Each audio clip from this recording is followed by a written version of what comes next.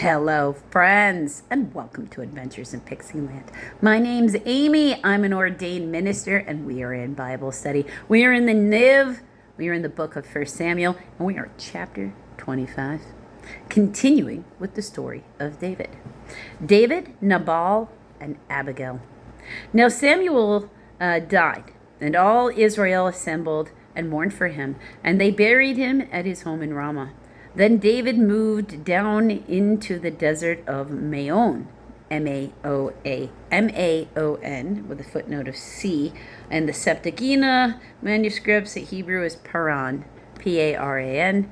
A certain man in Maon who had property there at Carmel was very wealthy. He had 1,000 goats and 3,000 sheep, which he was shearing in Carmel. His name was Nabal, and his wife's name was Abigail. She was an intelligent and beautiful woman, but her husband, a Calebite, was surly and mean in his dealings, so he was an unpleasant man. While David was in the desert, he heard that Nabal was shearing sheep, so he sent 10 young men and said to them, "Go up to Nabal in Carmel and greet him in name. Say to him, 'Long life to you, good health to you and your household, and a good health to all that is yours.' Now I hear that it is sheep shearing time. When your shepherds were with us, we did not mistreat them, and the whole time they were at Carmel, nothing of theirs was missing. Ask your own servants, and they will tell you. Therefore be favorable towards my young men, since we come at a festive time. Please give your servants and your son David whatever you can find for them." When David's men arrived, they gave Nabal this message in David's name, and then they waited. Nabal answered David's servants, "Who is this David? Who is this son of Jesse? Many servants are breaking away from their masters these days. Why should I take my bread and water and the meat I have slaughtered from my shelters and give it to men from who knows where you come from?" Like basically, who give to men coming from who knows where. David's men turned around and went back. When they arrived, they reported every word. David said to his men, "Put on your swords." So they put on their swords, and David put on his. About 400 men went up with David, while 200 stayed with the supplies. One of the servants told Nabal's wife, Abigail, "David sent messengers from the desert to give our master his greetings, but he hurled insults at them. Yet these men were very good to us. They did not mistreat us, and the whole time we were out in the fields near them, nothing was missing. Night and day, there a wall around us all the time. We were herding our sheep near them. Now think it over and see what you can do, because disaster is hanging over our master and his whole household. He is such a wicked man that no one can talk to him." Abigail lost no time. She took 200 loaves of bread, 2 skins of wine. Can you imagine just having 200 loaves of bread laying around your house? 200 loaves of bread, 2 skins of wine, 5 dressed sheep, 5 seahs, Seaha. That is probably about a bushel or 37 liters of roasted grain, 100 cakes of raisin, and 200 cakes of pressed fig, and loaded them on donkeys. Then she told her servants, "Go on ahead, I'll follow you." But she did not tell her husband Nabal.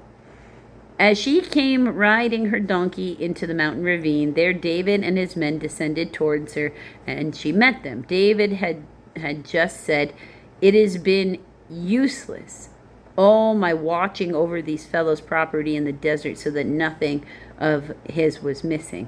He paid me back evil for good. May God deal with David." B.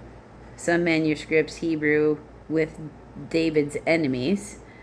"Be it ever so severely, if by morning I leave alive one male of all who belong to him."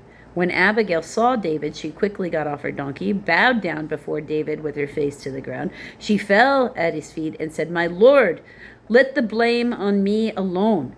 Please let your servant speak to my lord. Pay no attention to that wicked man Nabal. He is just like his name. His name is Fool." because that's what Nabal means. And his folly goes with him. But as for me, your servant, I did not see the men my master sent.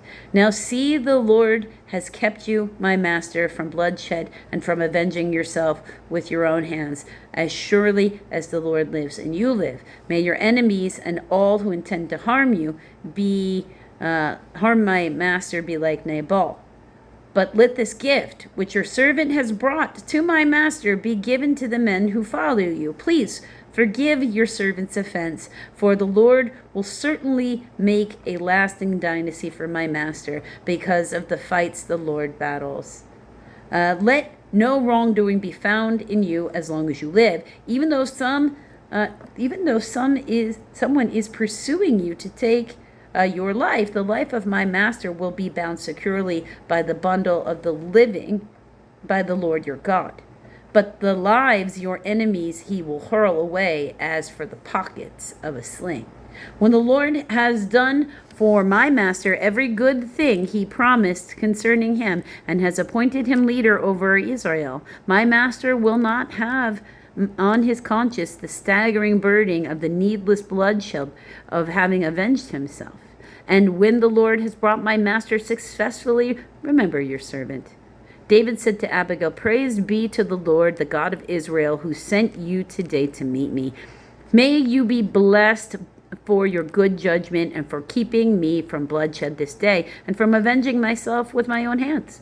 Otherwise, as surely as the Lord, the God of Israel, lives, who has kept me from harming you, if not for coming quickly to meet me, not one male belonging to Nabal would have been left alive by daybreak. So she saved her people in her village's life. Then David accepted from her hand what she had brought him and said, Go home in peace. I have heard your words and granted your request. When Abigail went to Nabal, he was in the house holding a banquet like that of a king. He was in high spirits and very drunk. She told him nothing until daybreak. Then in the morning, when Nabal was sober, his wife told him all these things, and his heart failed, and he became like a stone.